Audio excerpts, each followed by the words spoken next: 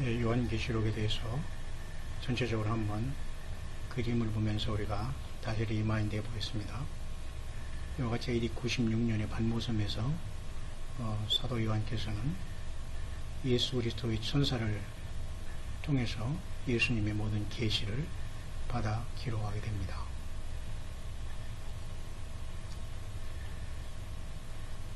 그래서 결국은 요한계시록은 승리라는 것에 모든 초점이 맞춰 있습니다.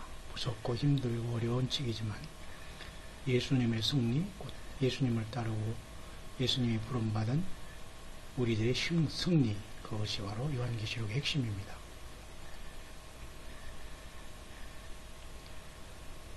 바로 예수 그리스도를 통한 예수님 자신의 승리죠. 그 안에 우리가 있는 거죠, 교회가. 그래서 보면 신약 성경을 이렇게 잠깐 우리가 살펴볼 수 있도록 하겠습니다. 사도행전에 이렇게 1장 8절에 주님께서는 성령이 너희에게 임하시면 너희가 권능을 받고 예루살렘과 온 유다와 사마리아 땅끝까지 이르러 내 증인이 되겠다라는 말씀을 하셨죠. 그래서 보면 사도행전 9장에서 28장까지 이렇게 시대적으로 우리가 좀 맞춰볼 수가 있는데요. 안디옥에서 최초로 그리스도인이라는 칭호를 우리 예수님을 따르는 우리 무리들이 얻게 됐죠. 그때가 이렇게 AD 이 정도의 시간이 됩니다. 이게 보면 마태복음, 누가복음, 사도행전, 그 다음에 복음서와 사도행전, 이 기록된 그 시간을 보통 나타낸 겁니다. 연대, 그 다음에 마가, 요한복음, 그다음에 갈라디아서, 바울 서신, 이 정도의 이건 그 연대수를 나타내는 거죠. 연대.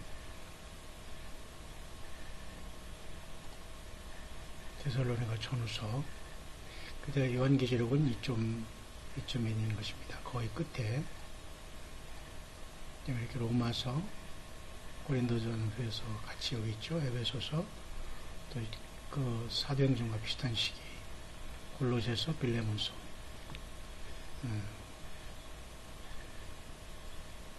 보통 그래서 옥중서신이라고 해서 사도 바울이 옥에서 또 편지한 것을 이렇게 보고 있죠.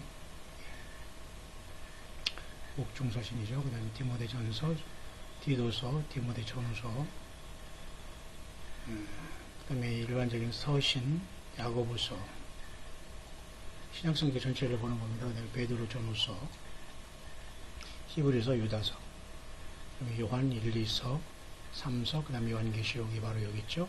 AD 거의 96년에 주께서 이제 이때 천사를 보내서 요한계시록을 기록해서 신약성경 27권의 마지막 책을 기록하셨고, 전체 66권, 구약 39, 신약 27권 해가지고 66권이 완성이 된 겁니다. 특별히 예수님의 그 왕국에 대해서 마태복음 말했죠. 그 다음에 이와 같이 각 성경에 대한 어떤 내용이 이렇게 집약적으로 한 단어로 이렇게 키워드를 보면 이렇게 할 수 있는 겁니다. 의로움, 제자와 믿음, 그다음에 여기는 데살로니가전서는 휴거에 대한 문제, 환난, 그리고 성화의 문제, 사도 문제, 의로움의 문제, 하나됨. 에베소서는 그다음에 이건 하나님의 그 어떤 그 위엄, 신적인 위엄, 용서. 그 다음에 여기는 빌레몬서는 어떤 태도, 우리의 성품, 질서, 그 다음에 인도하심, 베드로전서에는 고난, 베드로전서에는 어떤 주님에 대한 암, 하나님에 대한 암, 지식, 고통, 그 다음에 사랑, 그 다음에 여기 제한, 선교, 이렇게 각 모든 성경에는 나름대로 키워드가 있죠. 영어권에서는 그렇게 보고 있습니다. 그래서 우리는 지금 잠깐 전체를 오버뷰 하는 거죠. 또 많은 여기는 또한 또 상징이 있는데요. 이렇게 또 7머리, 10뿔 짐승, 바다에서 또 이렇게 7머리, 10뿔 짐승, 바다에서 나오는 많은 또 해석들이 있고 많은 상징들이 있습니다. 누가 적그리스도니 또 이런 많은 미국이 뭐니 또 많은 이러한 수없이 많은 중동전에 대한 이런 이 문제, 또 이렇게 백악관에 대한 문제, 그 중동에 있었던 과거에 이렇게 내 제국에 대해서 이렇게 그죠? 사자곰, 표범 이렇게 그 다음에 마지막 네 번째 짐승이 마지막에 나온 짐승으로 우리는 그 666으로 보는 겁니다. 그래서 666을 경고하는 거죠. 곧 오고 있는 거죠. 아직 온 것이 아니죠. 네. 이렇게 경배라는 적그리스도의 경배한 시대가 온다는 거예요. 이게 많은 상징과 많은 해석들이 있는 것입니다. 그러나 가장 중요한 포커스는 예수 그리스도의 그 다시 돌아오심인 것입니다. 예수님이 오신다. 그것이 바로 구약의 예언자들이 선지자들이 말하는 거였거든요. 근데 예수님이 오셨습니다. 갈보리 언덕에서 십자가의 피를 통해서 70일에 69일을 마치셨죠. 그러면 지금부터는 어때요? 그분은 다시 오신다. 그것입니다. 신약성경. 그런데 성령님으로는 이미 교회 시대에 오신 것입니다. 성령으로는. 이분께서 교회를 데려가실 오심과 지상재림의 두 가지 양상을 이제 우리가 이제 신약 시대에 이제 바라보고 있고 기다리고 있는 것이죠. 그러면 지금 시간은 적어는 어느 정도 되느냐, 특별히 요한계시록 6장에서 18장의 이 시대가 어느 정도냐를 보는 겁니다. 이 시기는 보통 우리는 대환란 시대로 봅니다. 7년, 70일의 마지막 한 일인 7년을 얘기하는 겁니다. 그죠?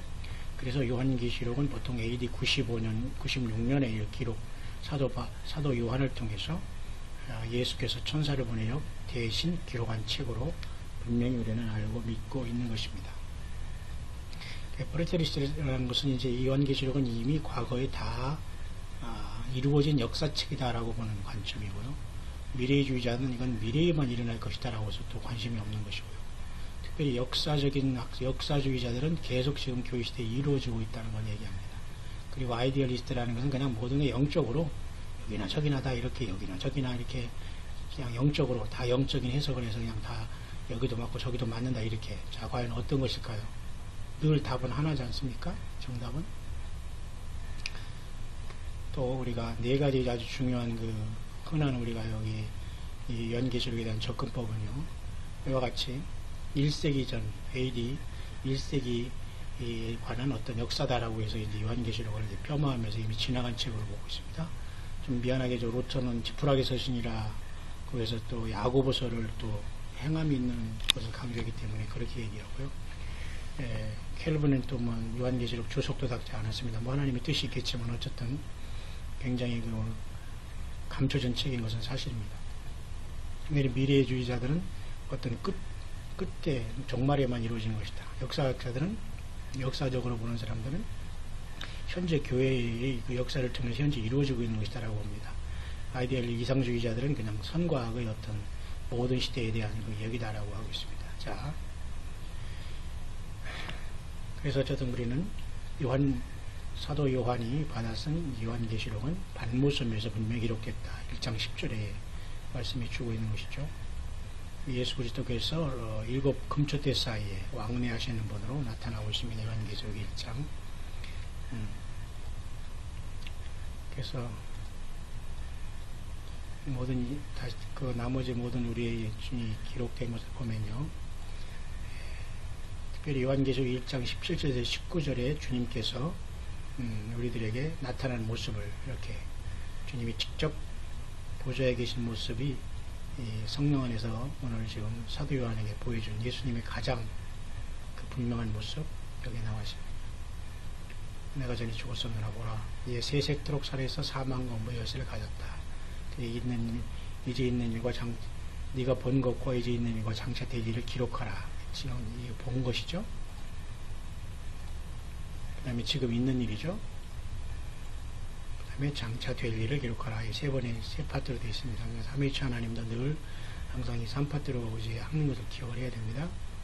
7 교회에 대한 것은 여러분 잘 아시지만 이렇게 지금의 그 터키 지방으로서 에베소서로부터 해서 에베소 여기 있죠. 에베소 반무섬이 여기 있다면 여기 근방에 있습니다. 에베소서 가장 가깝죠. 에베소, 그 다음에 서머나, 두아디라, 사대, 라오디게아, 필라델피아, 버가모. 에베소, 서머나, 버가모, 두아디라, 사대, 필라델, 라오디게아. 이렇게 오른쪽으로 돌아가면서 이렇게 지역적으로 분포가 되어 있는 게 바로 그 7교회 있죠.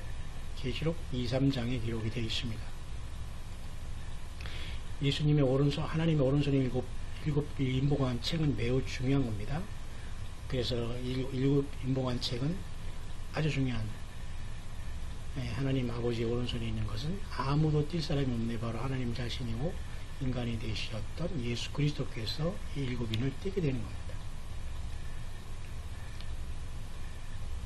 그래서 이와 같이 유다지파의 사자, 유다지파의 사자, 유다지파를 상징하는 기는 사자였습니다. 사자는 왕을 상징하죠. 항상 12지파의 맨 앞서 동쪽에 있었습니다. 세 지파 중에 그 리더 지파였죠. 유다지파의 사자 다윗의 뿌리가 이겼다. 그래서 그 예수께서 이 7인 동안 책을 떼신다. 선포가 있었습니다. 하늘에서. 그래서 네 생물인데 이제 네 병마가 뛰는 모습입니다. 계시록 6장부터는 이제 환란에 들어가는 걸로 이제 확실한 것입니다. 그 다음에 이제 그 순교자들이 이제 발생한 것이 이제 거기 보여지고요. 6번째 인이 떼었을 때 이렇게 계시록 6장에 큰 땅의 변화가 일어납니다. 해와 달 우주 만물에 다 변화가 일어나서 사람들이 혼비백산하는 그 상황이 발생했죠. 그렇다면 여기 계시록에 잠깐 그 어떤 연대기를 잠깐 보겠습니다. 이와 같이 여기는 이제 있는 일, 네가 본 일, 이제 있는 일, 장차될 일, 이렇게 세 파트로 이렇게 되어 있습니다. 그 다음에 그래서 요한계시록 1장, 그 다음에 2, 3장, 그 다음에 4장부터 해서 이렇게 해서 4, 5장은 보통 하늘보자지만 이렇게 있죠. 그 다음에 6장부터 해가지고 19장까지 이제 마지막 환란의 시대를 얘기하는 겁니다. 그래서 주님이 재림하시죠. 교회는 이때 교회 시대 끝난과 동시에 올라가는 겁니다. 왜 3장 10절에 빌라델피아 교회에게 시험의 때를 면하게 준다는 약속의 말씀대로 교회는 떠나게 되는 겁니다. 그래서 전3년반은 4장부터 8장, 다시 말해서 그 나팔이 불려지기 시작까지는 전 3년반으로 봅니다. 7년 대환란 중에 나팔이 불어지기 시작하면서 후 3년반으로 들어가는 걸로 봅니다. 여러가지 지금 본 일, 그 다음에 네가 본 것, 그 다음에 이제 있는 일, 그 다음에 장차될 일, 이게 세 파트로 요한계시록 기록이 되어 있죠. 그래서 특별히 요한계시록 6장에서 8장까지는 보통 이 7년 대환란의 환란의 전반부로 봅니다. 그 다음에 그 중간에 보면 이와 같이 중간에 8장부터 11장까지의 중간에 이렇게 삽입된 어떤 하나님의 계시가 주어집니다. 그 다음에 17장에서 이와 같이 그 음녀와 바벨론의 멸망, 결국 예수님이 땅에 오시게 되는 것이죠. 7장 사파로서 중간에 이제 여기에 들어가고요. 그 다음에 10장에 작은 책과 두 중인에 이렇게 중간에 들어가는데요. 이렇게 7장에 인치는 모습이 아마 그 전 3년반, 아니고 7년 대환란에 전 3년반에 이스라엘 인치는 사역, 그 다음에 후 3년반 때는 이렇게 작은 책을 통해서 두 중인 역사는 순교로 가고 하는 이 모습이 여기 기록되겠습니다. 그 다음에 그 동시에 또 한 가지 사파는 12장, 15장, 12, 13, 14, 15장 이렇게 또한 중간 을 통해서 후 3년 만에 참혹한 속에서 하나님이 이스라엘 백성을 지켜주시고 또 승리한 무리들이 하늘의 시온산에 서 있는 걸 보여주면서 이렇게 15장까지 보여주고 있는 것입니다. 17장에서는 음녀와 세상 바벨론이 멸망하고 주님이 땅에 오시죠. 그래서 이렇게 해서 우리가 전반부까지 잠깐 봤습니다. 그래서 이제 7장부터 잠깐 우리는 이제 후반전에 제가 다시 한 번 더 할 수 있도록 하겠습니다.